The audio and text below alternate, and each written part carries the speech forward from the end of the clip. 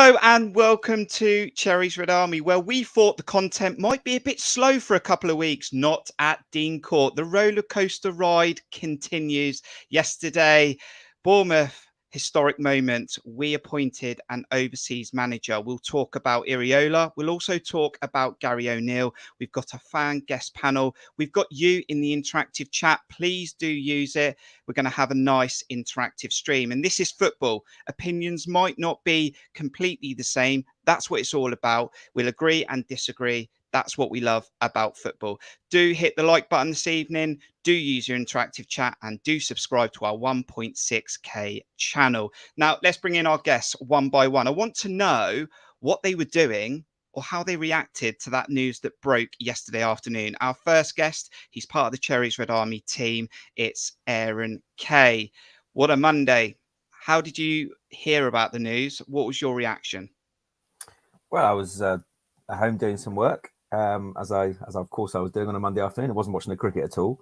Then my phone started going haywire, buzzing, and like different WhatsApp groups. Gary O'Neill's gone and blah, blah, blah. And then obviously went straight to the official website and saw that he had gone and desperately tried to read the news amongst all the millions of messages we were getting. And that's basically how it came about. And then obviously we all started chatting about it and reading up on that first initial announcement. And then it was a case of, waiting for the imminent announcement of who's going to take over and looking straight at the betting odds and all the discussion for about a couple of hours of who we wanted it to be.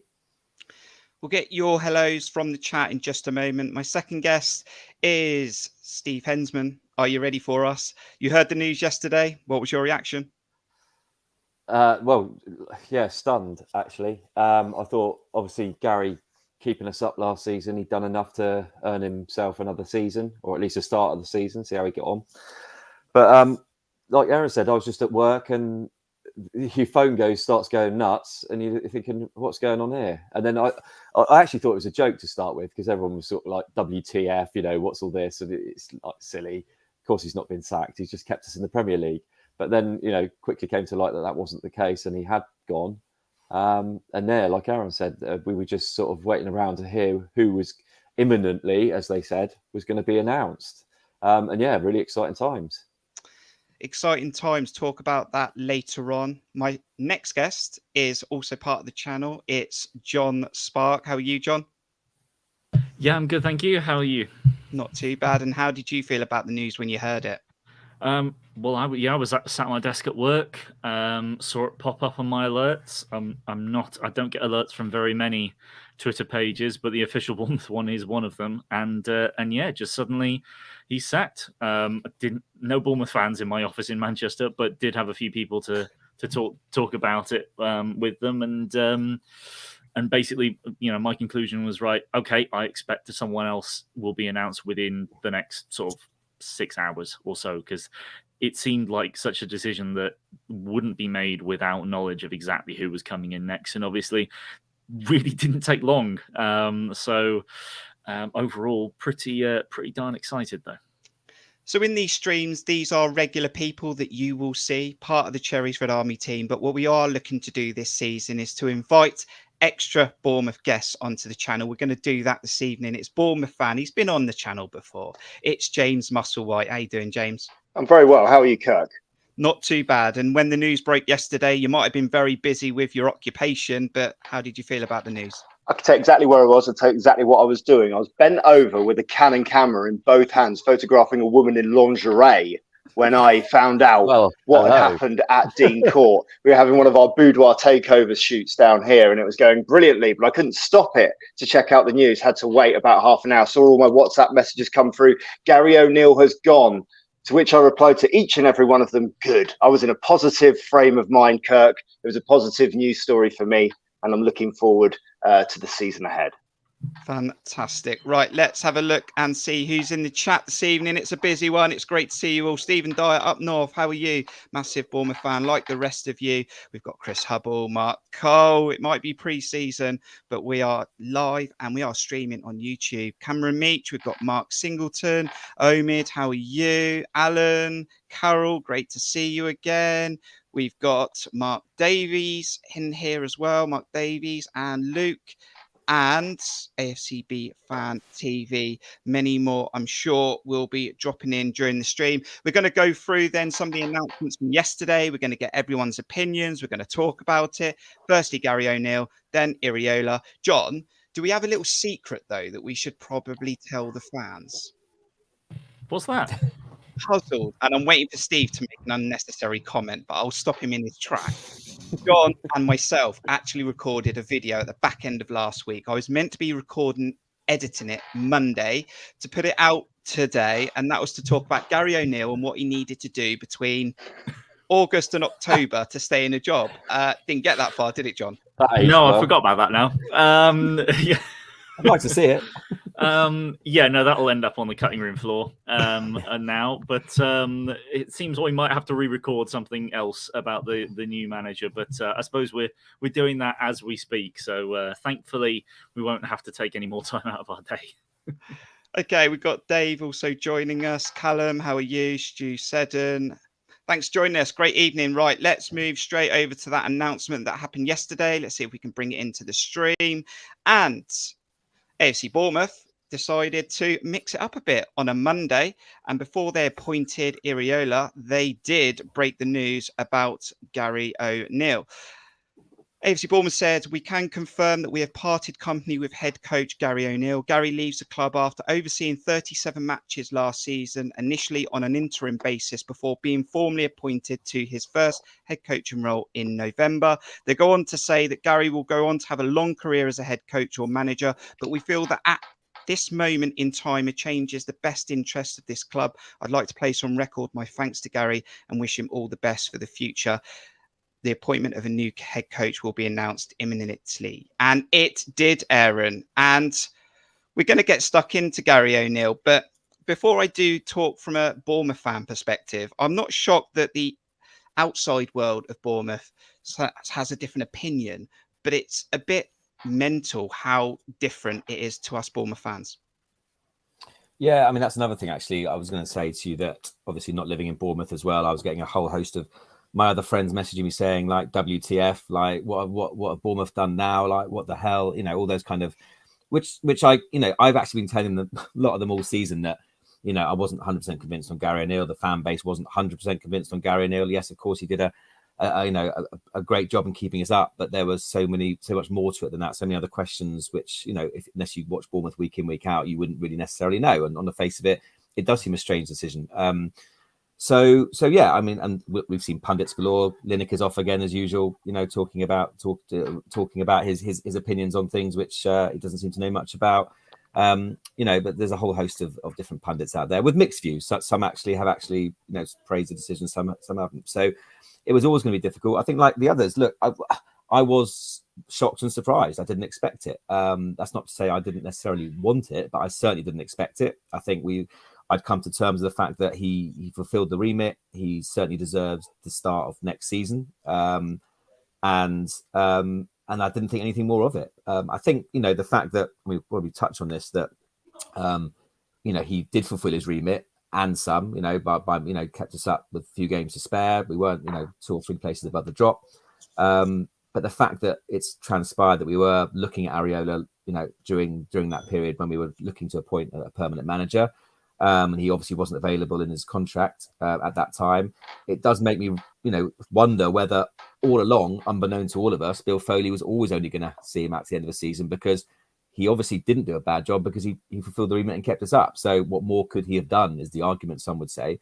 So he was always going to go. And I think a lot of us would come from that school of thought, or, you know, certainly maybe half the fan base would come from that school of thought of saying that however well he did, and yes, he did, and he had a fantastic April, etc. But for me, he was never the long-term option. He was never the right option. And people can disagree with that, and perfectly entitled to that. But I always felt that. So I always felt that until, and you know, whilst that was bubbling in the background, I always wondered who the long-term option would be, and maybe this is it.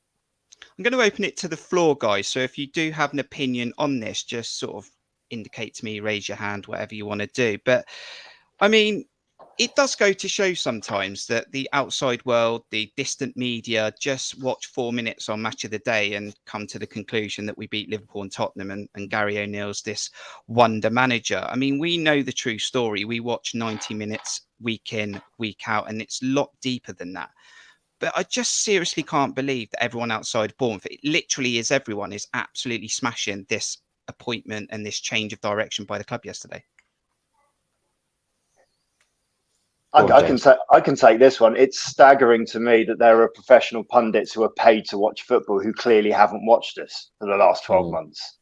Because every argument about keeping Gary O'Neill and what a ridiculous decision it was begins and ends with, well, he kept him up.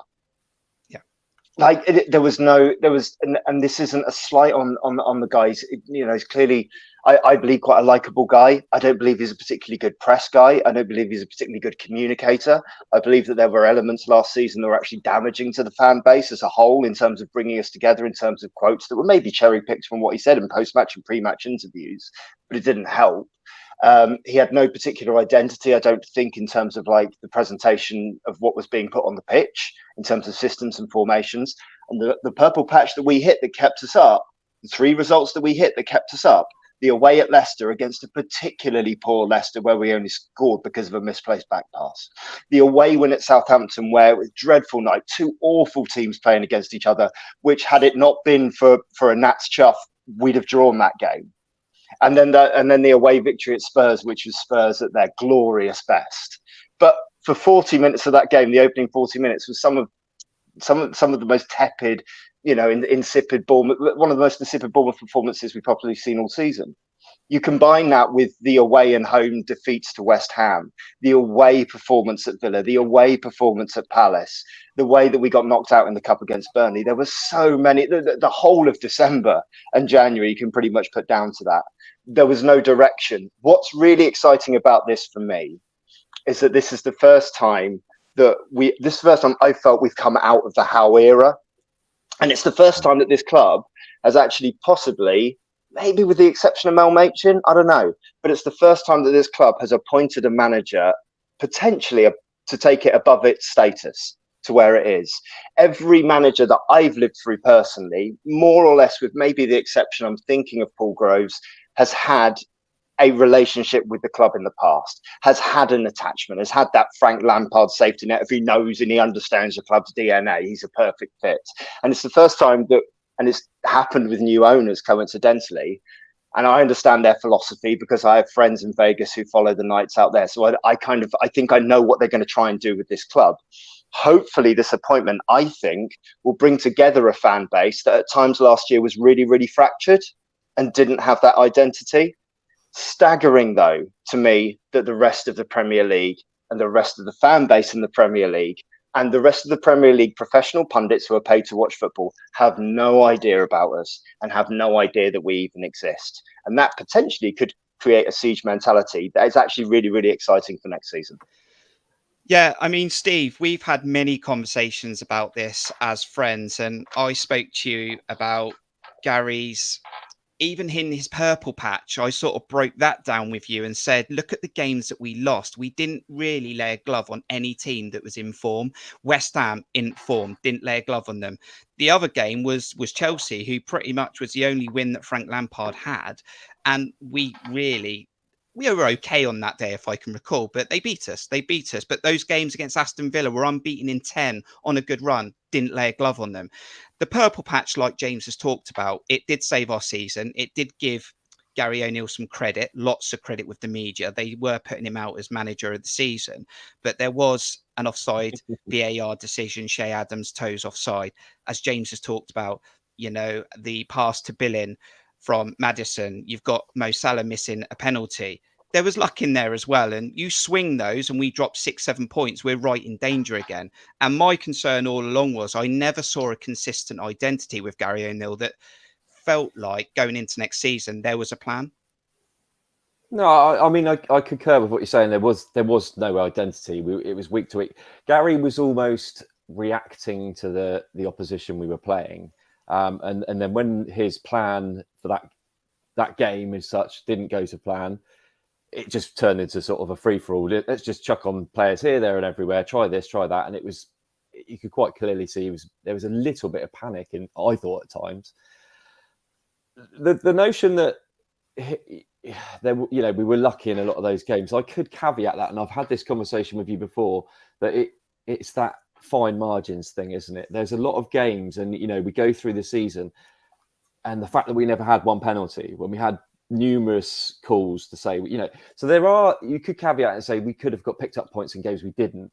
Yeah. So I don't know. It's a tough one. I feel Gary's he must feel really hard done by. I wasn't convinced by him, like I think many others weren't. But he did get the remit done. Now, I did say back when the new owners came in that we might see something like what's happened at Chelsea, what happened at Burnley. The Burnley one, they sort of took a relegation, went down, cleared everything out, started again, complete different style of football, new manager, new players coming in. And I thought that was the way we were heading. I thought they were hanging him out to dry a little bit by giving him the job.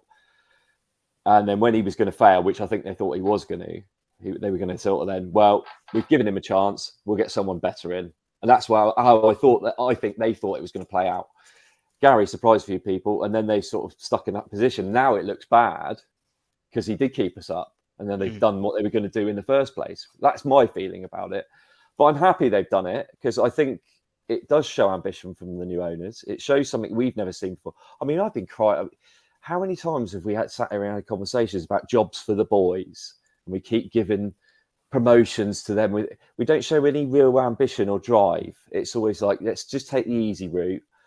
Promote. There's a case to say that's great, and there's a case to say young English managers need more of a chance in the Premier League. But I suppose they've got to earn their stripes the way Eddie did, I guess, because he's one of the few that's got up to the upper echelons of the Premier League. This guy's not a flash in the pan that we've got in. He has earned his stripes. Just happens to be in La Liga primarily. He did a small stint in was it Cyprus, I think, as well, with Larnaca. He did really well there as well. So I think a lot of this reaction is based on not people not knowing enough about Bournemouth and not watching enough of us, and B, not knowing enough about him and who he is and what he brings. So yeah, I'm excited. I don't care what the outside world thinks. I think this is a real turning point for us, actually. So yeah, let's see what happens. 80 of you joining us on YouTube, thank you very much. I'm going to pick off some of the comments. I'm going to go through them in a moment, and I think there are some really good comments that I can sort of hand over to some of the guests, but I am going to come initially to you, Jon, just to get your thoughts. I mean, you were quite comfortable with the Gary Oneil appointment. You had a few concerns through January and February, come out the other end. I think just like us, you expected him to get at least the start of the season. But have we got this reaction? Because when we did stay up with 39 points, we wound the whole of YouTube up by putting a montage video out. And then it's like, we've sacked him. I mean, have we created ourselves a problem by having a little bit of fun? No, not at all, because that's not about the manager, because Gary Oneil wasn't the manager when people were making those claims. That was about the club, the size of the club, the size of the squad, the perceived ability of the squad. And I think there's a few things that people will have definitely glommed onto to sort of focus on Bournemouth staying up being a bigger achievement than I think maybe it should have gotten. And I think one of the major things for that, and I've heard a few people that I do respect the opinions of, but again, everyone in the media is focusing more on the top 10. They don't really care about people below much of the basically big six, plus Newcastle and Villa, and obviously Brighton and Brentford from their seasons, with Fulham getting less representation than they deserved. But it's Parker said this squad's not good enough. And I think that any Bournemouth fan would have really looked through that squad and gone, okay, well, if you take out maybe one or two of the additions that we still had, and actually we still basically only had Moore and maybe one more and Pearson, I think, that were still in the squad, and Dembele and Lowe, that were the players that we actually brought in the Championship that were still with us, and half of those went on loan. Apart from Smith, Moore, and Pearson, the entire squad we started the season with were Premier League players when we went down. Now, admittedly, we went down with that squad, but they were still good enough for most of the previous year before that for them to stay up under Eddie anyway. So the squad was capable of it, although was admittedly fighting against a losing battle, but were definitely capable. And another manager that was more experienced definitely could have got more out of that squad. But I do think that we do need to sort of also consider there's been a lot of talk on Gary O'Neill's, like, Gary O'Neill doesn't have an identity. Gary O'Neill kept changing his tactics. Gary O'Neill kept amending the team to face what he was going up against rather than going, this is what we do and we do it well. It's like this was his first year in the job. Mm-hmm. He doesn't have an identity. He never has had. He won't until he gets a couple of years with a settled squad. But he needed more time to be able to produce his identity. And I think that while a lot of AFC Bournemouth fans laid into O'Neill for changing his tactics for this, that, and the other, like, you have to do that. Bournemouth still, and may not until this year when they're properly settled, won't be a team that can just decide, particularly not when they don't have a settled tactic, we're going to play it like this and we're always going to play like this. O'Neill made some good decisions when he changed things up, and he made some terrible decisions when he changed things up, but he had to. And I do think that he didn't get enough credit from Bournemouth fans for that, and he got too much credit from people outside the media for that. Everything was very much more in between compared to what was inside the club and what was outside the club, I think, for O'Neill. But what I will say, and what I do want to see him do well, is that he is a young British manager. And I do think that is the other element of this, that a lot of people within the Premier League media sort of go, English managers don't get a chance in this league. And I think that there is a point to that, up to a certain extent. Eddie Howe's the massive success at the moment. Potter got his chance, and unfortunately he ran into a basket case club and got kicked out of Chelsea. I will enjoy seeing what Gary O'Neill does further down the line. He needs another good opportunity where he will be the man that can make some more decisions, but he's just not at a level where he can really produce for a Premier League side beyond the bare minimum of just about keeping us in the division, which I think he would have done next season with additions. But we want to see more. We're a team that has had the joy of playing under Eddie Howe for close to a decade, that saw, regardless of if we lost, we were going to see some good football 95% of the time. And that's what we all want to see more of. If we go down this season with taking this massive risk, if things completely backfire, but we have had a really good job of it and we've enjoyed going to watch games, I think you will see far, far less split in the Bournemouth fan base this season than we have had in the previous season under O'Neill. But I wish him all the best, and I think his stock is really high now, and I think he will get a good job in the Championship. He may even be parachuted into a Premier League club come February. I wish nothing but the best of him in the future, and I hope that Bournemouth now can kick on without him. I will close out the first half of this stream where we will just quickly mention with the other guys what they think Gary O'Neill might do afterwards. But we all might agree that he's in a good place to go and continue his learning probably in the Championship. And picking off some of that stuff there, James, from John, is I don't think I can remember a game of the 37 that he was in charge of where he set up to try and beat the opposition or to scare the opposition. It always felt like he was setting up worried about what they had in their team and to nullify that first. Yeah, I think leaning into that as well, that doesn't lead to enjoyment. And just speaking more broadly about football, we pay our money, we pay for our season tickets, we pay to go home and away as a form of entertainment. We obviously do it out of loyalty. We do it out of loyalty to our team. We have loyalty as to the fan base, as a fan base, excuse me. But you pay it to enjoy it, to be excited by football. And we had a year under Parker where that didn't happen. And we had these matches with O'Neill, as you say, at times falling as low as sort of 18% possession in games, really allowing teams to come onto you without a real threat of much of a counter attack, which we had in the past under different managers.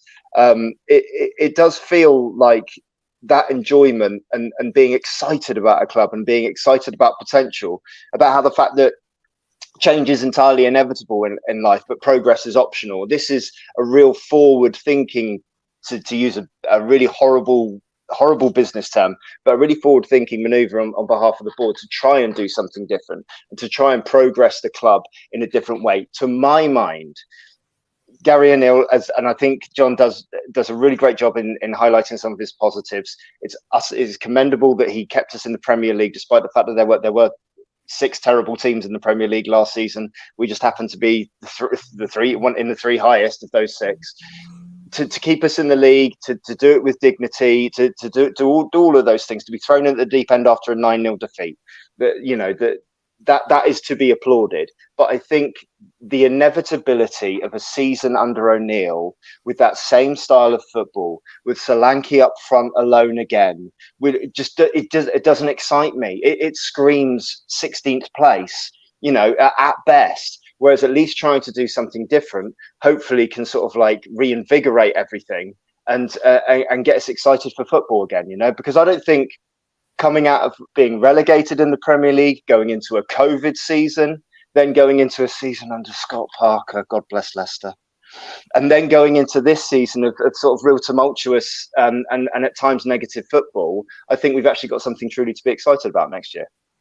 Apologies to Steve and James. Some of the comments might cover you up a little bit, so I do apologise. Probably best for the viewers. That's all right. Aaron, let's just have a look at what Nick Osborne's saying. Gary never really engaged with the fans, or I would have been more disappointed for him. His media was a struggling part of his reign, I suppose, and I almost felt at times like he was doing it to wind me up. It got to that point, and then we had a few good results, and then he was sort of fist pumping. But some of the things he would come out with, and Fulham were in trouble, and some of those were, they're not a very good team either when they were barely outside the top 10, and it didn't help him. And at the end, he was talking about not being able to motivate the players when there was £5 million available to the club. We lost 4 in a row. He was trying stuff, and he said we're experimenting for next season, playing Vigna at right back, playing everyone at right back, bar a right back you had on the bench in Jack Stacey. It didn't help, did it? Some of his media sort of contributions. Well, yeah, I mean, if you go back a little bit further than that, I think, and this is the crux of the whole thing with the relationship with the fans and why the fan base was so split, and to an acrimonious level where I was having arguments with good friends about it. And I've never had that in all the 35, 40 years I've been supporting Bournemouth. We've always been united in loving a manager or united in hating a manager, and I've never seen anything like it. And I think it goes back to that whole period at the World Cup when we saw him off after that Everton game. We all sang his name. Thank you for doing a brilliant job. And whether that really was the fact that Richard Hughes then said, right, well, Neil Blake said, right, because of that we're giving him the job. I don't know. But the fact is that none of us in that ground, maybe 90% of us in that ground, or 90% of the Bournemouth fan base, generally didn't think or potentially want him to get that job full time. We were linked with Bielsa. That was the only real link. But, regardless of that. And then obviously it came about, he was given the job, and it was a very flat feeling. And I think he never recovered from that. We never recovered from that. I certainly didn't recover from that. And that's maybe my bad. But I just never felt, and James kind of hit the nail on the head. There were so many times last season when I just didn't look forward to the games. I didn't enjoy going to the games. The atmosphere wasn't great. It was just, we weren't singing his name, for goodness sake. I think I've said time and time again on this show. I can't think of a manager in history, even in the bad days, we weren't singing their name. I've never known anything like it. It was sporadic. It was in pockets, but hardly ever. And that speaks volumes. And I think the club aren't stupid. The club realised that, and we never recovered from that. Yes, he did make mistakes in some of the media. I think he did improve the way he spoke as he went along. I think he definitely did improve. And I think, you can't help your persona. You can't help his mannerisms. You can't help, the way he comes across. So, the way he spoke in press conferences and interviews, that wasn't so much the demeanour. It was some of the things he was saying. He seems to be sometimes watching a completely different game to the one I was watching. And yeah, he said some very strange things, as you say. But I just think from the start, because the manner of which it came about, And this is nothing against Gary, because why on earth would you not take the job? The disappointment of him getting the job, which it was a disappointment to lots of people because of the situation we're in, the World Cup break, etc., with new owners.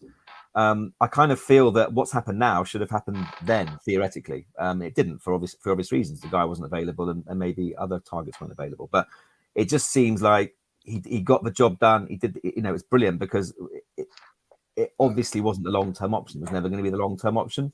But yeah, I think that's where it came back to for me. And I think the fans never really then recovered that, and nor did he. Steve, I know that you have sort of a good thought on regards to the backroom staff and us as a club improving that, looking at different models, that for clubs that were in different sort of situations to us in the past, like Brighton and Brentford. And, even the best managers in the world, Steve, have assistant managers. And I think we've always, through this last 6 months, still been confused that Gary's had Tommy and Sean, but never really had someone alongside him with some real experience. And we've brought in Iraola. We're going to talk about him in a moment. I'm expecting him to have an assistant manager. Why couldn't we get Gary an assistant manager? Yeah, it baffles me, mate. I whether he didn't want one or whether he wasn't allowed. I can't imagine he wasn't allowed one, but I don't know. That's a bit of a mystery. But the point is on that fact that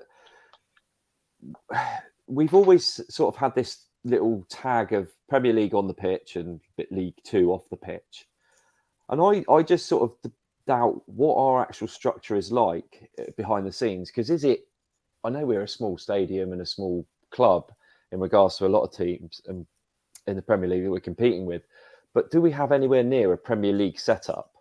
We don't have a director of football that I'm aware of, or a sporting director, or is our medical department good enough, or all these questions. Psychologists, we have all this sort of stuff. I'm sure we do to some degree, but is it enough? So that's the sort of thing, and it didn't look very good when Gary, obviously went out there on the touchline with two guys that they just sort of said, have you got nothing better to do in the 23s? Come and have a go and do this for a few months. And it's just, I don't know, it always rings a little bit tin pot, and it does give us that tag of tin pot. And I think hopefully, with what we're doing now, we're trying to move away from that. And I only see that as a good thing, because then people might start taking us a bit more seriously and not sort of memeing us up and trying to make fun of us on the internet like they have done little old Bournemouth. I mean, I mean, Twitter and social media has been awash of it the last day or so. And it's not the first time. We suffered this the first time we came up from the Championship. It's like you'd be straight back down, and then 5 seasons later, people are starting to come around that we have actually got a bit about us. So yeah, let's hope that what Jim and Bill are doing is to sort of try and elevate the whole structure of the club and give us a bit more of a impetus and sort of an identification, an identity. As we aren't just little old Bournemouth, we're not just a village pub team. We are serious contenders here, and we're going to take this seriously, and we're going to employ proper people. I want to move on to the new gaffer very, very soon then, guys. But look, I know that Gary's probably going to be disappointed. Look, let's be real. This is football. This is what happens, right? He's financially secured. Within 5 minutes, he's going to probably be back in the game. And I wouldn't be surprised if he picks up a championship job. This could actually, weirdly, in about 5 minutes, be a good moment for him because of that survival in the Premier League, rather than him struggling in the first 3 months and then clubs going, oh, actually, it was just a purple patch in April. He's not as good as we think. I think he is okay, John, to go and, actually pick up a really good job and learn more about himself.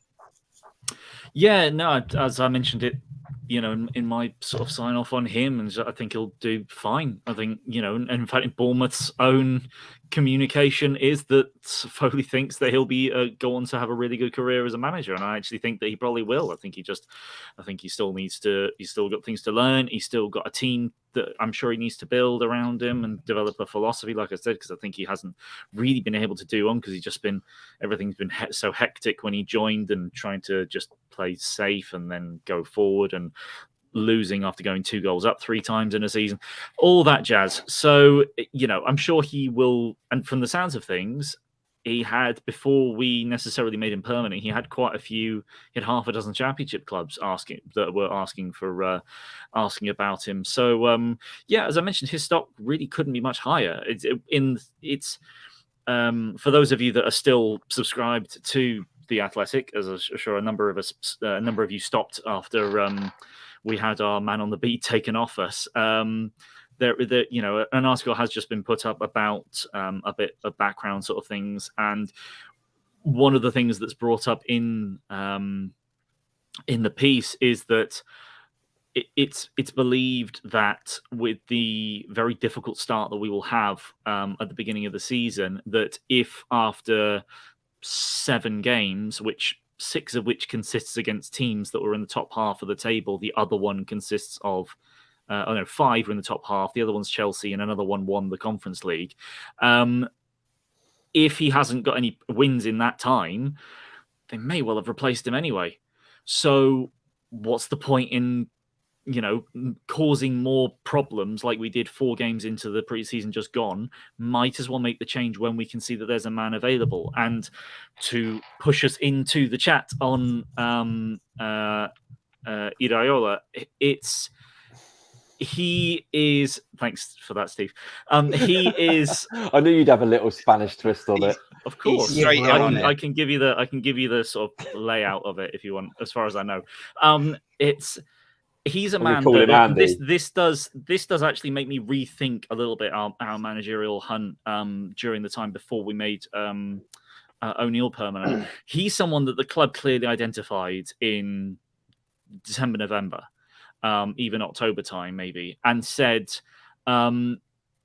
and when we would love him, but we can't get him because he will not. Rayo Vallecano will not let him go. And I would be surprised if the club haven't identified about half a dozen managers that they've gone, he'd be great, but there's no chance we're getting him. And once you've knocked all those people off the list, and we were left with go for something new in Bielsa, or I guess stick with what we've got. And I think it was a bit like, if your computer doesn't start after 60 seconds, you can either just wait and maybe give it a bit of a tap, or you could hit it with a sledgehammer. And that was Bielsa or Oneil, I think. It was just completely set everything on fire and let's see what happens. Or just kind of, let's just stick with what we've got and see, and just hopefully things will work out fine. And in the end, we decided to maybe not spend all the money in hiring a complete new backroom staff, buying in a dozen players and going with Bielsa and sticking with Oneil, and it worked out just about well enough in the end. Thankfully now, Foley, and from the sounds of things, it is Foley that has made this decision, not Hughes and the other guys that have been there for a while and would be happy to stick with the status quo. Foley's gone, no, let's not beat around the bush. I want this club to go places. We're not going to stick with 15th for a couple more seasons with Oneil. Let's go for someone that will excite the fans, that might push us up the table. Look at Brighton. Look at Brentford. Let's go for it. And they have. And I think that is what, while that has sort of turned a lot of heads outside of Bournemouth, and it's turned a lot of Bournemouth fans' heads obviously as well. The negativity from the outside is understandable, and the skepticism from the outside is understandable, but there is real excitement building among the Bournemouth fan base because it is such a front foot move. We're not waiting for things to go bad halfway through the season.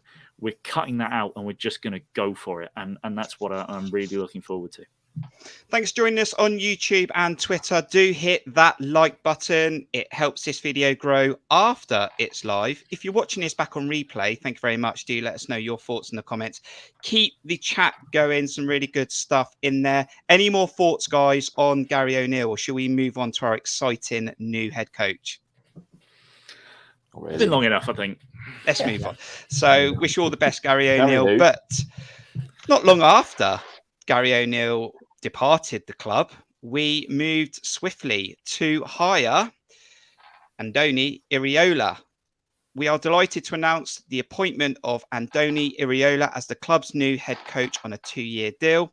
Bournemouth went on to say that Andoni's first taste of the Vitality Stadium match day will come at the end of July, with the club hosting Atalanta and Lorient before the visit of West Ham in the Premier League at the start of the Premier League campaign. I'll drop some more comments on the banner below. James, that didn't take long to announce, did it?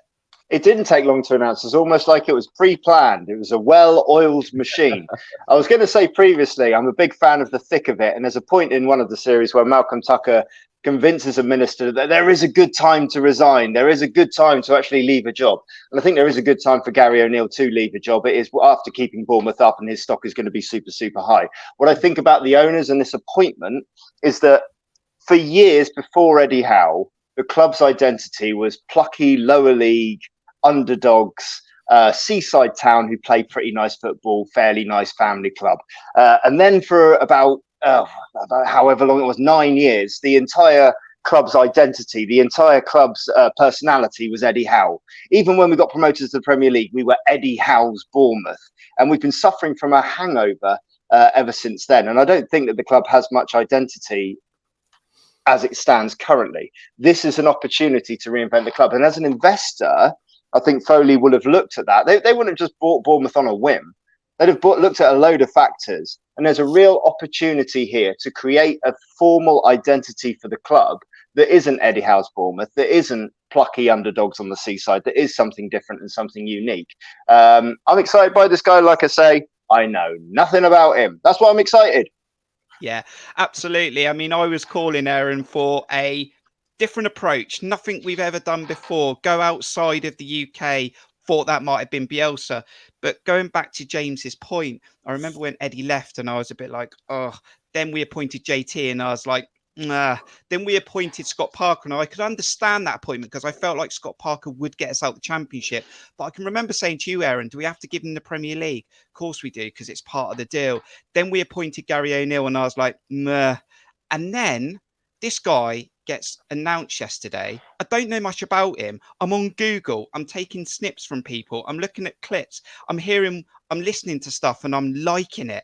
I feel like we're going to go into next season, right? And we're actually might hurt football teams without Tavernier. I just love it.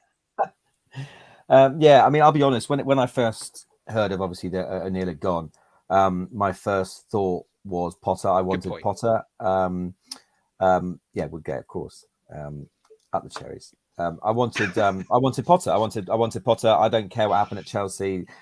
John or James already said it was a basket case. You know, I look at what he did at Brighton, a similar project to where we kind of want to be, and Premier League experience. He had a bit of a break.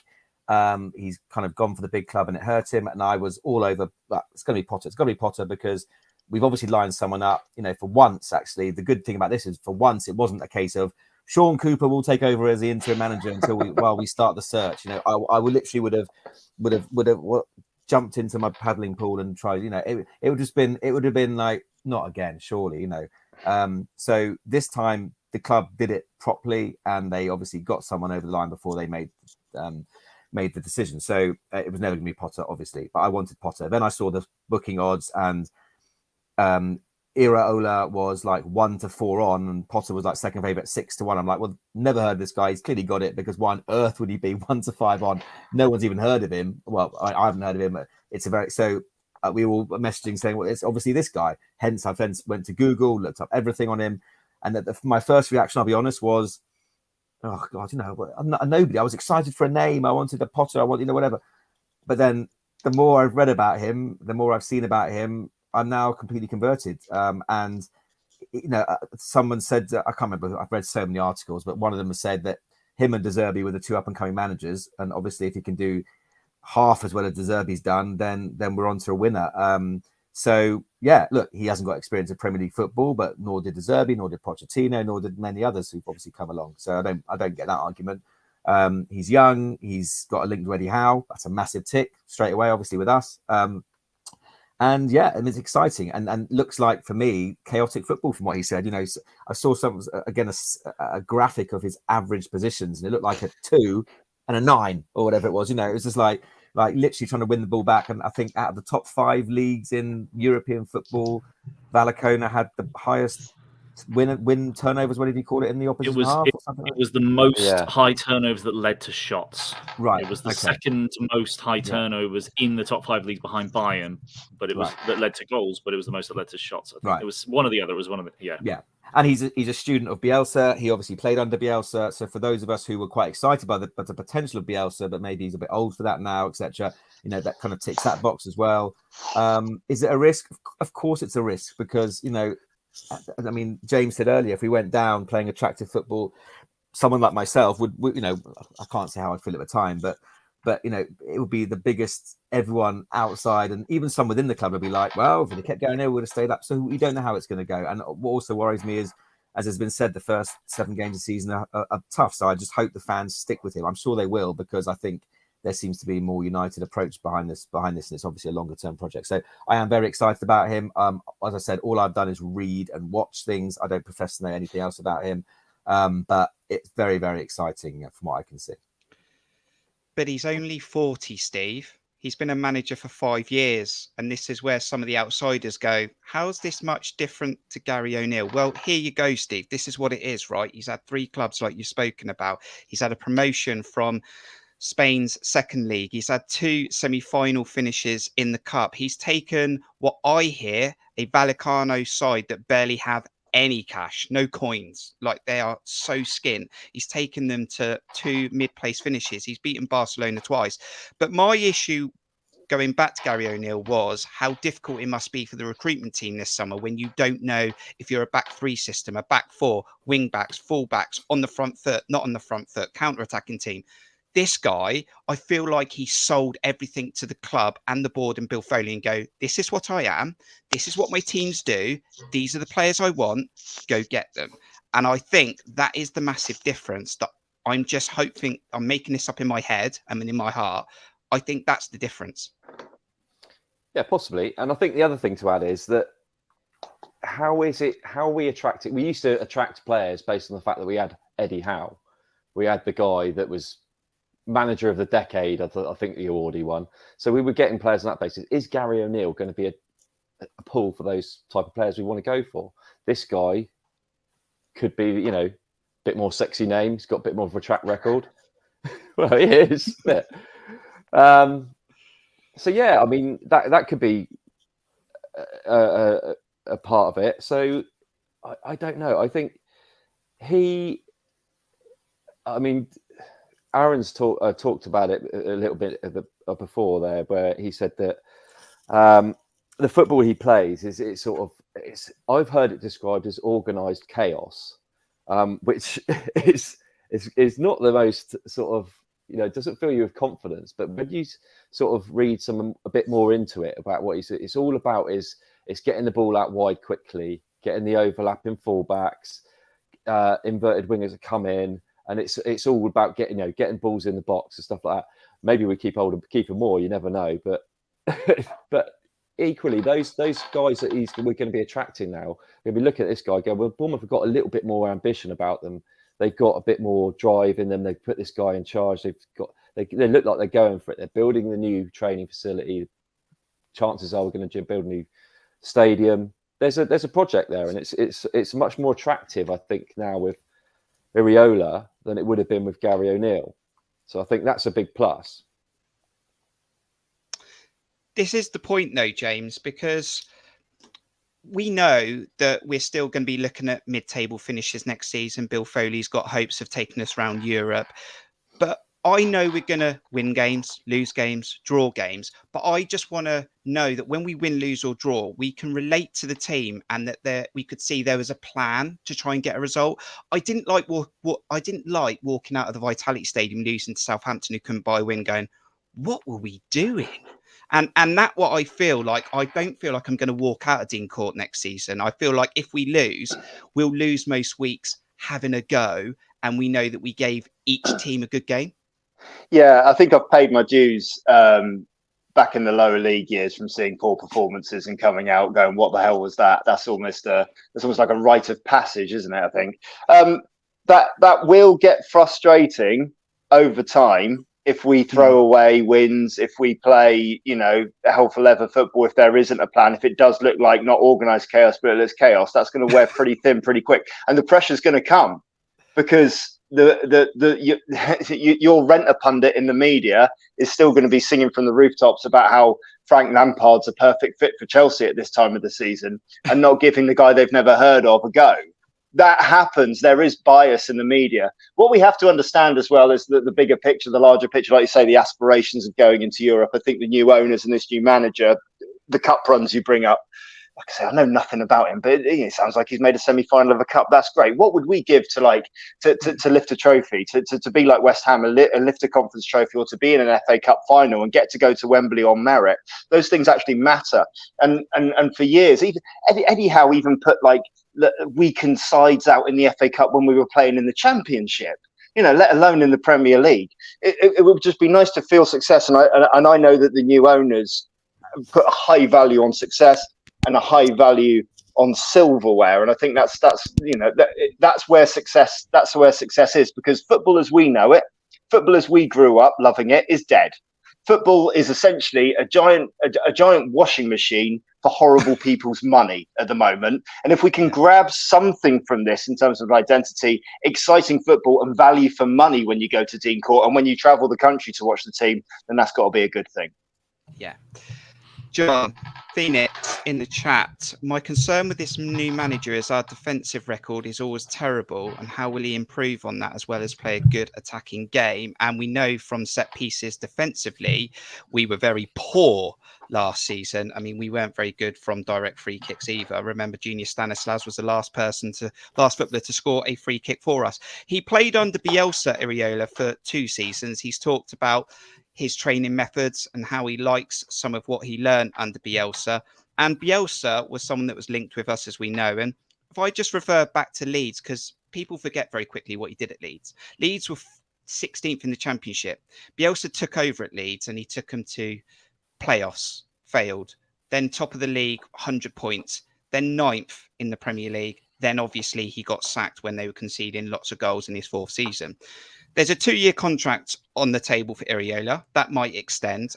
I think if you get a good 2 or 3 years out of him, maybe more, we've done well. And like James said, if it's exciting, even in the losses, we just want to be entertained. Yeah, absolutely. I think that, I mean, we'll come on to player recruitment, but I do think that in terms of sort of bringing in players for the new manager, I do think that the club already had visions to bring in players that could play this style of football without even Iraola being the man in charge, because Gary O'Neil was apparently looking up who could have come into the club less than 12 hours before he was sacked.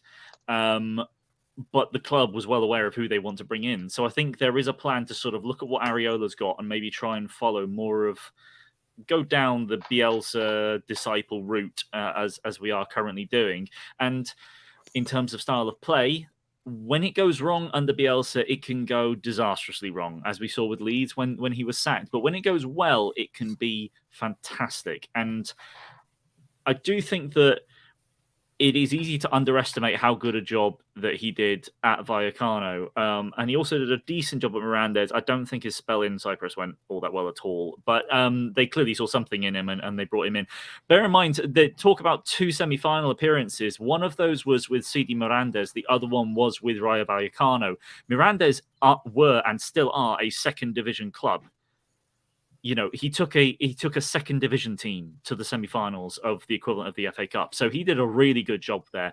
And while he was at Vallecano, he did the double over he did the double over Barcelona last year, who went on to win the league. It was the season before. Sorry, it was the season before he did the double over Barcelona. But I think he's still got at least a win over them this season around. He's beaten Real Madrid. He's gotten wins over a lot of the bigger sides, but obviously clearly did well enough to beat some of the lower teams as well. Because I remember looking at the table, I think last season and the season before, and seeing Vallecano on the verge of making Europe. Because they've got such a small squad and basically no budget, they dropped off at the end. But the benefits of playing the style that he plays is that you don't rely on the kind of defensive setup that we have done even under Eddie Howe against the bigger sides. You don't sit back, sit on 18% possession and pray to catch players on the people on the counter. There's an interview that he did with the Sky Sports from back in January, I believe, where he basically says, what's the point in sitting back? You're not going to get anything from that trying to catch people on the counter. You might as well press them high up the pitch and try and win the ball high up. And that's clearly his philosophy, and that is a much more exciting game to watch. However, as Steve said, it is a organized chaos. It is a very chaotic style of play. It is when Klopp brought in the phrase gegenpressing was a phrase that was brought in when Klopp came into the club, and basically whatever gegenpressing was under Klopp, which he doesn't really quite do as much anymore, Iraola's is basically that on acid. It is just it's very high non-stop. intensity. It's incredibly high intensity, and as such, he does suffer from injury. He does suffer from players with injuries as well. But actually, a lot of the players that he's got play, over 20, over 30 games in a season. So, and I think that the depth that we have at the moment will be significantly improved upon. We'll come back to. When you come back to me next time, I'll maybe go into a bit more of what I've looked into of the tactics of what players we can expect to bring in. But everything that I've read, in the same way that Aaron spoke about, in the same way that Steve and James talked about, everything I've read about this guy and his tactics, just it gets me off my seat before a ball has been kicked. In what I've been reading, so I'm just looking forward to it more and more as the more I read about it. Over 100 of you joining us on YouTube. Thank you very much. Please do hit that like button. And there's some good conversations going on about the squad, what we're going to do this summer.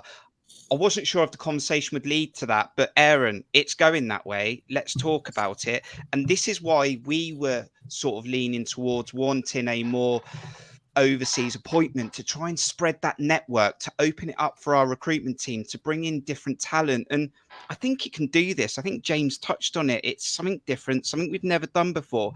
And Iraola might just have contacts that we didn't have before. And that could also be a plus to us. And I'm really excited about this window. And I really feel like now the scouting team, the recruitment team have a clear direction. They know what they've got to achieve between now and the start of the season. You're on mute, or your sound's not coming through. Can you hear me now? Yeah. Sorry. Without wanting to go back to Gary Oneil again, that was another worry of mine, his ability to both retain and attract players. I think John touched on that before as well. I don't think anything would have stopped Jefferson Lerma leaving this summer, because I think he just wanted a new challenge, end of story. But and I think even in the announcement, which is a somewhat strange thing to say, the official announcement, Foley actually did kind of intimate that it might now help us with our targets, etc. So it kind of in a non-direct way, he did kind of subtly hint that. So I think that's clear. I think he obviously does have contacts. He's obviously got a very good name and good reputation, and I think that can only benefit us. I'm very excited about who we're going to bring in this window. I think Foley and Co mean business. They clearly showed that in January. I think they're going to show that and some again this summer. I think it's going to be a bit of a clear out of players. I think we pretty much agree on who they're going to be. Much as we like some of them, they clearly won't be with us going forward. So yeah, I'm very excited about who we can attract from different leagues. Look at the way De Zerbi's done things. De Zerbi had a very similar philosophy. Don't sit back against the big teams. Look how well Brighton did this year with their possession football, trying to attack high up, intense pressing. And some of these names, again, that they unearth these diamonds you've never even heard of, who just come into their team seamlessly, and they're just diamonds. So we're not going to suddenly splash out on loads of names. I don't expect that, but what I do expect is the caliber of player we're getting, specific for the style of football. As we say, we now got no identity and no style that we're going to need, so we're going to buy players to fit that identity and that style and that philosophy. Yeah, I mean, it's I'm very, very excited for those incomings, and look, we know the positions we need to recruit, but it's who's going to come in, and it's refreshing as well. I have to say, it's refreshing. As I said, for those of us who supported the club for a long time, it has been, for obvious reasons, very one-dimensional with who we've attracted, who we've, the managers we've had, the sort of players we've been going for. And even Eddie, to a degree, was very much as kind of British first. And look, that clearly worked for us at the time. He was very successful in that. The sort of player we can look at. So yeah, I'm really looking forward to that. And the first thing for Iraola to do, James, is to look at this squad. We're hearing that he's going to do this early on in July. He'll know a bit about the squad anyway. He'll get some information. They're heading off to Marbella. And myself and John done a 2-part video reviewing the squad. And we were reviewing the squad because we think a lot might leave, or there'll be a little bit of an overhaul. And then you've got players like Lloyd Kelly on a 12-month contract. You've got Billing on a 12-month contract. Now, we just lost Lerma in his prime at 28 for nothing. You can't keep doing that.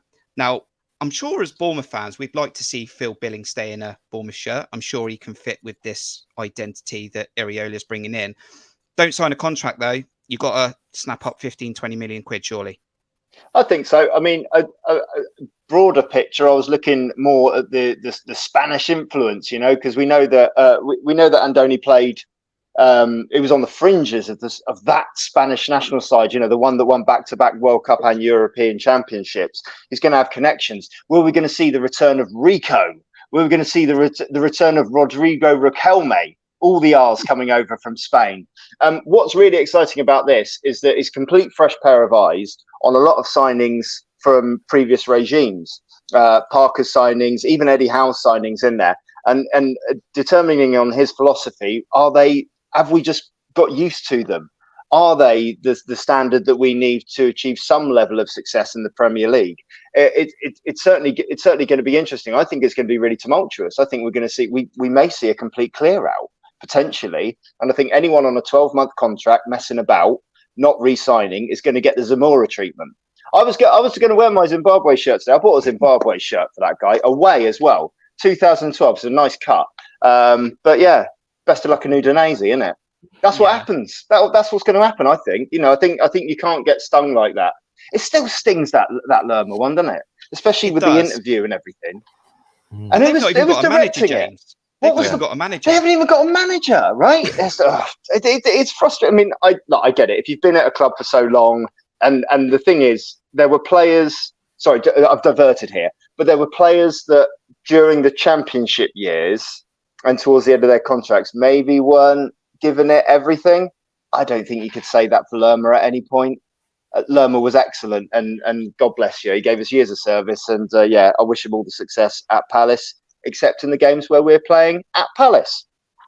And Steve, you're always looking what players are about, free transfers, good deals. We know you're always scanning the internet as an undercover scout for AFC Bournemouth. But when I look at Iraola, this is all just what I'm feeling. Of course, I don't know enough yet, but I do feel like he will push this squad to the limit. He will drain every bit of energy per game. We're not going to be putting sandals on 4 games to go when we're at 39 points. That ain't happening again.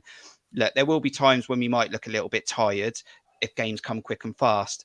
But if you're not up for the challenge, if you're not going to work hard, you might not fit what Iraola wants. No, by all accounts, it is literally that. He will get every last bit of ounce of anything he can get out of all these players. It's kind of very similar to an Eddie Howe. So the story is very similar to Eddie Howe. His coaching methods, he gets the best from players. He improves players. None of us thought we'd see the likes of some of those players playing in League One doing the same thing in the Premier League. That's what Eddie did. And this is what that guy's sort of done over in Spain to some extent. So that's a massive thing. And I do think there's been a bit of an Eddie influence here, because we did our Googling as we found out about what this guy was all about. And it turns out that Eddie was over there speaking to him for a while on his hiatus. And then invited them over for a pre-season friendly. So there's a connection there. So I wouldn't be surprised if Eddie tipped us off to this guy, or pointed us in the right direction, or whatever. But yeah, it's going to be interesting to see how he goes. But there are the likes of I think Billing had a great season last season. I think he was probably, for me, our best player. But unfortunately, I just don't know if he's going to suit. And I think it might be his style that lets him down, because I don't know that he's. I don't like to use the word lazy, but he can look that way and he can go missing in games. But is that going to suit the new guy? It's going to be interesting because I think there will be a bit of ruthlessness. Some people will be a bit upset by it. We've already been a little bit upset by what Jeff's done. So yeah, upset, but I think at the same time it's going to be exciting over this summer. I think it is exciting, John. I just feel like we've taken our transfer window up a gear, and is Phil Billing going to be part of this? Tavernier signed a new contract. He had a long-term contract anyway. Phil Billing apparently had a little bit of fun on Instagram. Then he sort of deleted it. And yeah, we've spoken about already on those videos about where Phil Billing plays and if he's part of this squad next season. But Iraola will have a plan, as I've said. I'm sure he'll give a direction to the scouts and he'll get stuck into the training in Marbella and hopefully the players will come through the door. Yeah, Billing is the player that in my mind is sort of the most up in the air in terms of would he necessarily fit into the new system. Now, do I think he can? Absolutely. And you know, Steve mentions that, you know, his language style, he looks like he can be lazy at times, but you know, you look through Billing's stats and his defensive output is actually, you know, it's actually a lot more impressive than you would think. So, you know, I do think he could fit in, and I think, you know, with looking at what Iraola's style is, he could still fit in that number 10 role. He wouldn't fit in as one of the two central midfielders. I don't think he'd fit in as one of the deeper lying ones because they really do need to run all day, and Billing won't. Billing can now and again, but it's not really in his thing.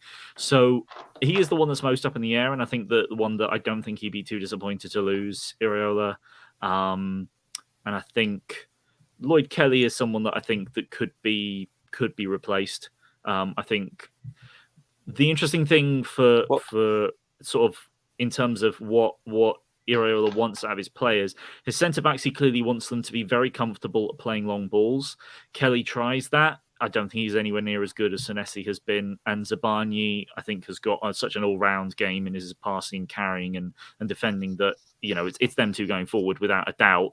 The news of Stevens apparently being brought in, I'm very meh about that. I think we can definitely do better.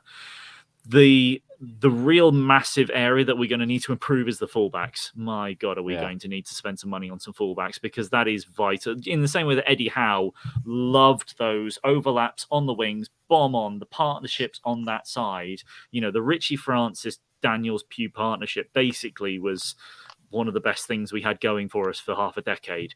And Iraola needs those players. I think we've got all our centre mids.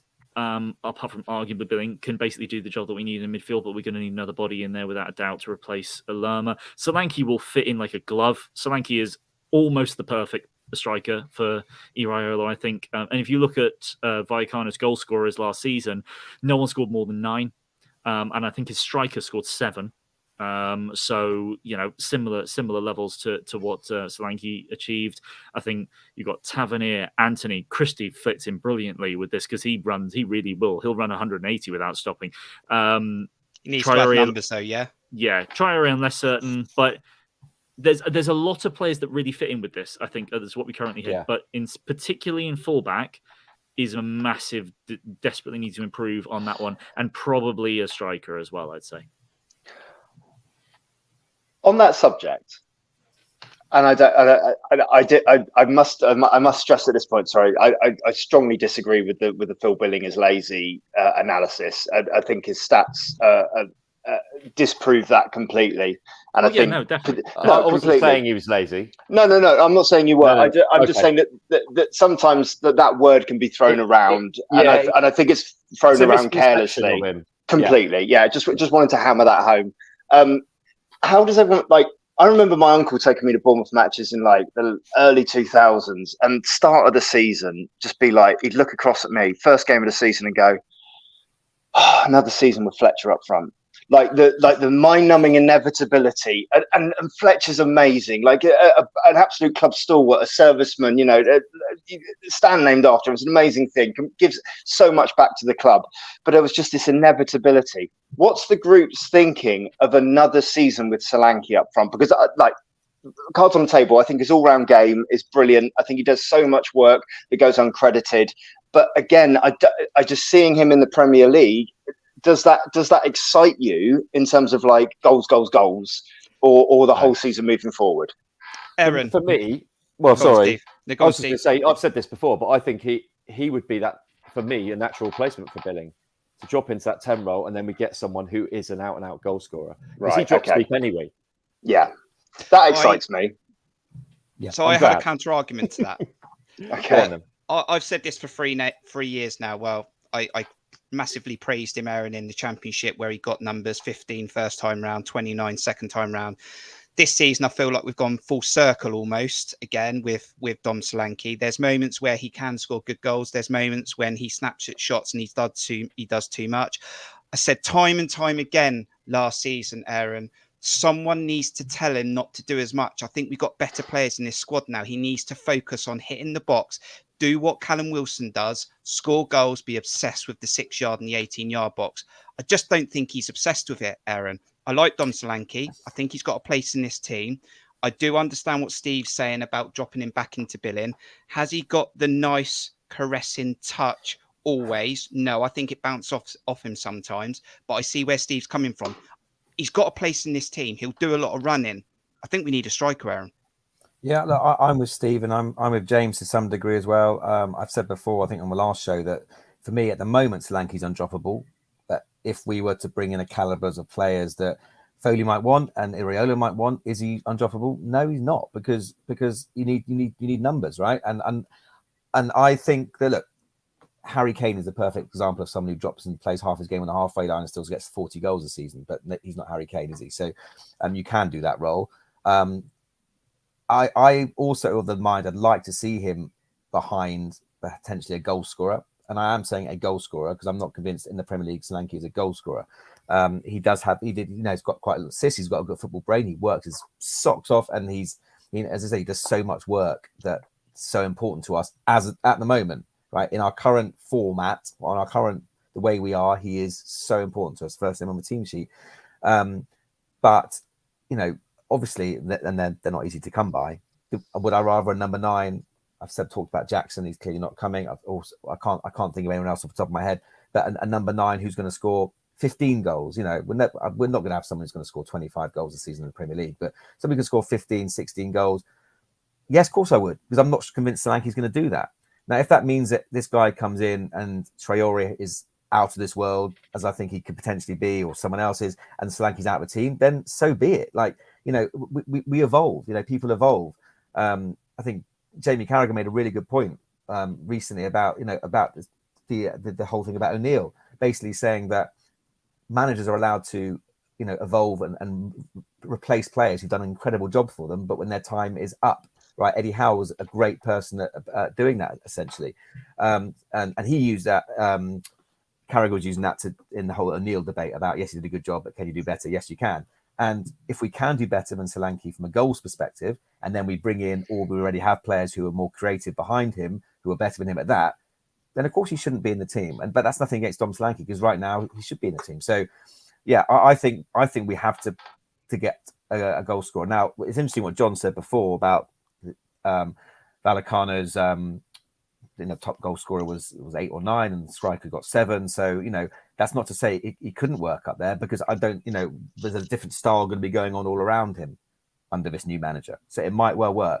But I think James said right at the beginning, under Oneil next year, with another season with Solanke being isolated, then no, it wouldn't have been for me. But let's see what happens in this new format. Going full circle then, James, we're not in the Europa Conference yet. We're not in Europe. We're not getting on a plane as fans. And our biggest challenge outside of trying to find fullbacks, CDMs to replace Lerma, is finding a striker that's obsessed with the goal and can probably get to 10. How does Bill and the team do that? How does Billing in the team do that? No, how does Bill Foley and the scouting team do that? Well, it's that rhetorical thing, isn't it? Every season, every fan of every club goes, what we need is a 25 goal a season striker. Yeah, no shit. Sorry, excuse me, my apologies. I apologize. We've gone 9 o'clock. We've got 9 o'clock. We're okay. I apologise. The family show, James. I'm sorry. My apologies. So I mean, this guy is obviously going to have his ideas. Is like I said, John's point about the goals is for in the Liga last season is really, really interesting in terms of spreading them around the team, and that's when we were at our most exciting under Howe, where we were having goals coming in, from Wilson and from King and from all over the pitch. Like I said, I don't know what the answer is. I am kind of, to Aaron's point, I'm kind of excited about this Traore lad, and maybe Atara as well. And looking at the signings that were brought in last season that maybe weren't played to their full potential, and seeing in what system they could be played to their full potential, and in which case they will feel like new and different players. So, Steve, I do want to put you on the.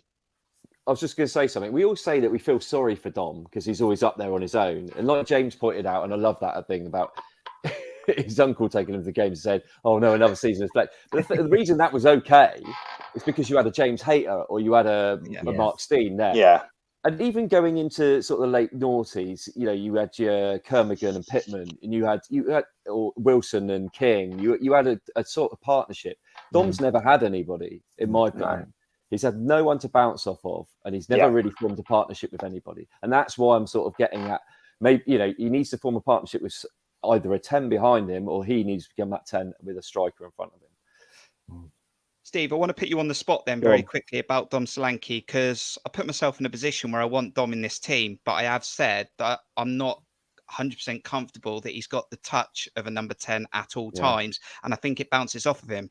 Are you in that same thinking as well, or are you comfortable that he can hold the ball up and play between the lines and feed a striker as well as score? It's a bit of one of them. He's a bit of hit and miss for me. I can see what your point is about bouncing off of him, because it does at times. But other times, like that Liverpool game, for example, he was brilliant at dropping in against some of the, what called the Premier League's best defenders in Virgil van Dijk. And he was rolling and playing in balls for Traore. It was brilliant to watch. But it's not consistent enough. That's the issue. Whether we can still develop that, and whether Iraola coming in, we've heard he's a great developer of players, can develop that into his game. I don't see why he couldn't do it. And I would be happy to see him do it. Because I love Dom. I think he works so hard for the team. I do think he could. I think there's more from Dom. I do really think that. I just think he needs some help. And that's been the problem throughout his whole Bournemouth career. He's never really had someone there to bounce off of, to work with. So, yeah, I think he could do it. But I get your point about it doesn't always stick with him. When you're hearing these conversations, John, is there anything you want to add about Dom Solanke and how we might be? I mean, we should have more support for Dom Solanke with what we're hearing about Iraola. Yeah, absolutely. So just a little quirk, just as I've been looking up while this has been going on and in the 5 minutes beforehand, just looking at goals in terms of, what Vallecano have sort of been doing. Now, in terms of goals scored during the campaign, now we obviously scored 37. Vallecano scored 45. So slightly more, not massively so. But in terms of what I've read in terms of the sort of goal scoring that we try and do, a goal that Bournemouth scored quite a lot of was get to the byline from just inside the 18-yard box and cut it back, and we scored quite a few of those. And that's something that is a theme of Iraola's Vallecano side as well. But not just that, but also if you're in the corner, get the ball in the box as well, which is something that we all, I think, were very frustrated at, that crosses just didn't happen. And when you look at some of the examples of when Vallecano got into the box, you would see crosses going in and there'd be 5 Vallecano players in the box when the cross came in. So there's a lot more support that will be provided to Solanke. But in terms of how Solanke will play, is that he won't he was kind of a link man for Bournemouth a lot under Gary Oneil, whereas in this game, that's not going to be his role at all. He has to be the player that initiates the press and is constantly going at opposition players, and is going to be, because of how direct Iraola wants to play, he needs to be there for long balls. And I mean long ball, not and I mean long passes when I say that, because that's that's a way that he really wants to play. It's very quick, it's very direct. He's going to be in the box a lot more often. Maybe not getting as many touches, a real quirk that I just found out from that I was just looking up through Who Scored, and what Who Scored does do is actually tell you where some goals were scored. So inside the 6-yard box, inside the penalty area, outside the 6-yard box. Bournemouth scored 8 goals from inside the 6-yard box last season, and bearing in mind we only scored 37, so that's what just under 20% ish. No, slightly over 20%.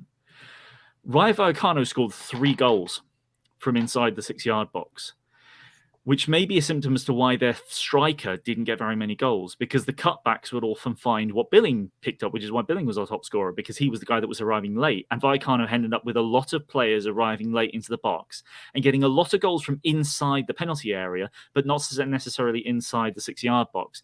So the more you get players involved, the more Solanke will get support. But Solanke may not necessarily be the one that scores the goals. He's going to be an important man inside the box. But like a lot of modern sides, it's not about the striker getting the goal. It's just that someone gets the goal. And you only need to look at Brighton, is that I'm not sure anyone got over. I think they just barely got a couple of players that got over 10 goals. But like their front 5, all of them got 8 or more, basically. So I expect Solanke to score more this in this setup if he is the number 9. We spoke about the fact that he might be operated deeper, because that is a role that I think could suit him as well. But I think you'll just see a lot of more other players just getting involved in the goals, because we didn't get that for a while. We went for a long time. We had the least spread of goal scorers in the division for quite a while, until like Senesi popped up with 1, and then you get a few other, and then Ouattara scored 1. I get the talk, and I do like. I would love to have a striker that is sort of like, this is the guy, and he's going to score us 15 to 20 goals this season. But it's not quite the thing for most teams anymore, and particularly when we're down the bottom of the table, as we probably will be for a decent chunk of the season. It's just going to be scoring more goals, not necessarily just Solanke scoring more goals. I think it will just be the squad being more involved in goal scoring. It's been great to have you on YouTube this evening. We're going to be seeing this stream out in about 10 minutes time. I do want to take a moment to thank you, the fans, monthly members who support the channel month in, month out to allow us to do these streams. And they will be coming back for the 23-24 season. You can go to buymeacoffee.com/Cherries Red Army or make a simple donation. Even easier than that, just hit the like button, because there's 100 of you watching, and it's been great conversations with myself, John, Aaron, James, and Steve. And guys, just have a quick think about your 1-minute summary of this appointment and how you're going to feel about next season as we go into it. Let's just take a look at the first 3 months. We did this in the last stream where we looked at fixtures released. Bournemouth will open up at home against West Ham, Liverpool away, Tottenham at home in August. September will bring us Brentford away, Chelsea at home, Brighton away, Arsenal at home. And then the first chunk of games will finish in October. I want 9 from this, by the way. Everton away, Wolves at home, Burnley at home. And I think what this appointment's done, James, is allowed us to get on that front foot, get some points early on, because Iraola's new, he'll get the time. I think if this was Gary Oneil, I could see him losing the job at the end of October, and we give up City, give us 2 weeks, get a new guy in. We need to back him. Clearly we do. I think if we see that there is a style on the pitch and there is a plan and we can relate to it, he'll get the time anyway. We need to stick with him, but let's hope we can hit some sort of ground running like we did against Aston Villa at home and get some early points on the board. Yeah, we got Scott Parker to thank for that, haven't we? Actually, that's less than 12 months ago now that we got off to that absolute flyer before we went into 3 dead rubbers, didn't we, against the top 3 teams, essentially.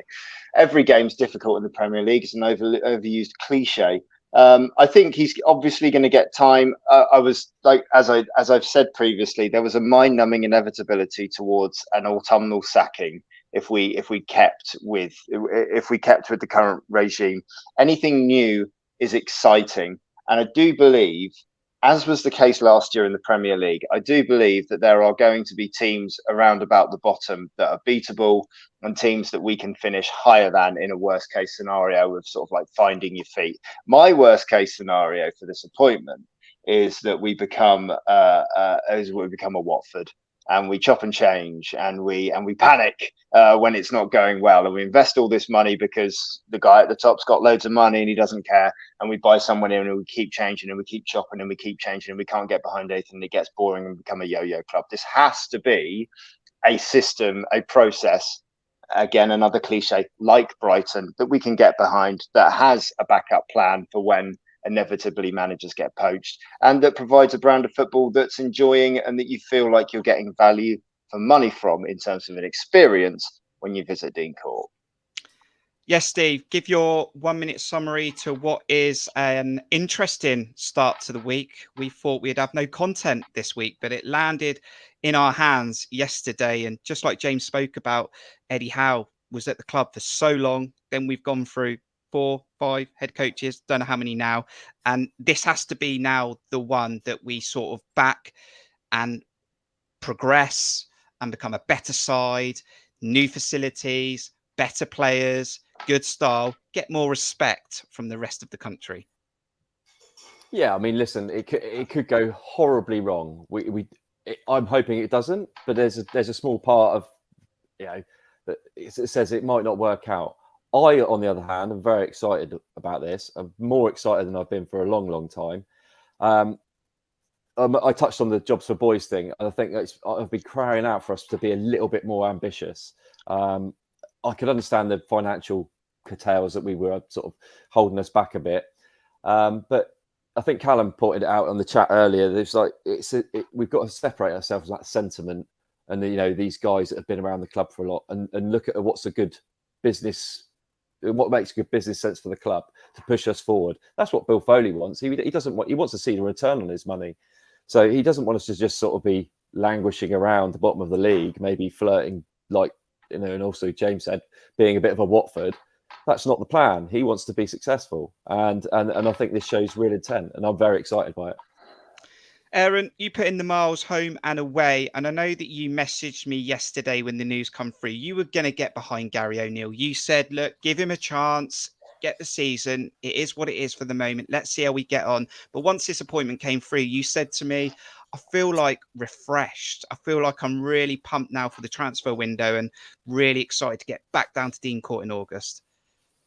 Yeah, look, I said it. I wasn't necessarily over enthused about about things, but yeah, this certainly has given a kind of a new lease to it all. A manager who hopefully the whole fan base can get behind, an exciting brand of football, a new era, as Steve said. Moving away from kind of one thing that Willow said on Solent interview, Solent phoning yesterday was, "Oh, it's not the way Bournemouth do things, but maybe the way Bournemouth do things needs to evolve. Maybe the way we do things needs to change." And I'm sure his heart's in the right place. But Willow, God bless you.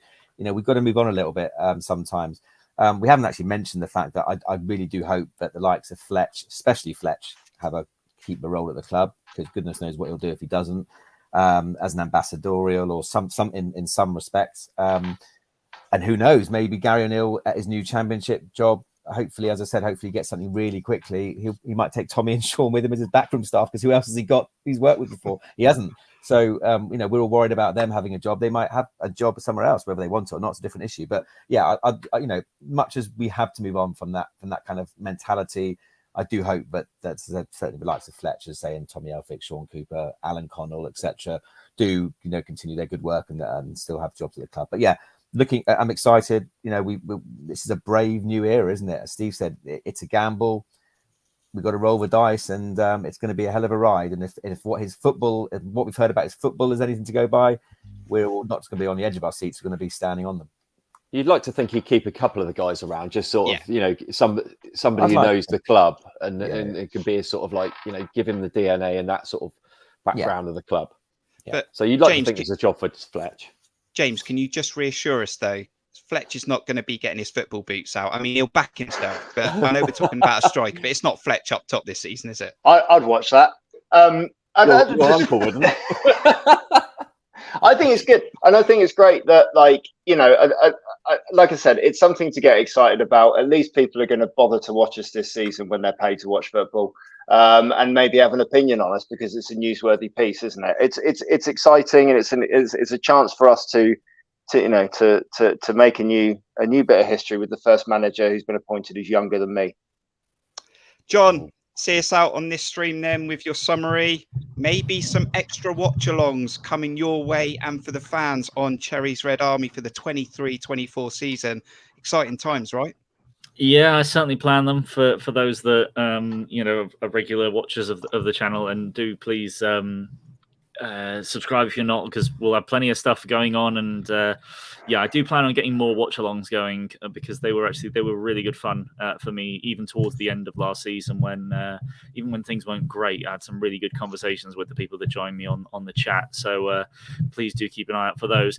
But in terms of disappointment, just really excited. I think it was mentioned by someone that I think it was Aaron or Steve, saying that when the bright young things of European management were De Zerbi and Iraola a couple of years ago. De Zerbi came in and took a team that many thought in Brighton that were just going to go downhill after leaving Potter, and he took them onto a whole new level. And Iraola could well be the man that does that for us from a much lower base than Brighton were at. But it shows the progression of the club under the new management, which I'm really looking forward to. And for those of you that are still doubting all of that, and maybe you haven't done your research or not, the tactics nerds online are absolutely loving this. So I cannot wait for the YouTube videos that are going to come out from the likes of Tifo and talking about what Iraola's tactics are going to be like, because I'm still trying to find more stuff to read and dive into, and we'll continue to do so over the next couple of months until the start of the season, but not too long before hopefully the first new signing comes in, and hopefully we get to see some exciting preseason fixtures. I'm particularly looking forward to the Atlanta game at home, as the L'Oreal derby, I think, needs to be called, of the flowing hair in our badges on the two. So and L'Oreal as well, obviously, but all positive, and I can't wait for the start. Yep. If you do want to find out where the best podcasts are to learn more about Iraola, do just pester Jon this week. That would be my advice to you. Thank you, Jon. Thank you, Aaron. Thank you, James, again for being a guest. We'll see you again next season.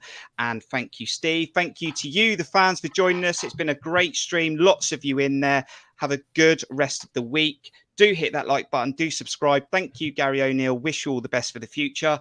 Welcome to the Cherries, Andoni Iraola. Come on, enjoy a scaffer. We'll see you on the next one. Up Cherries. Up the Cherries.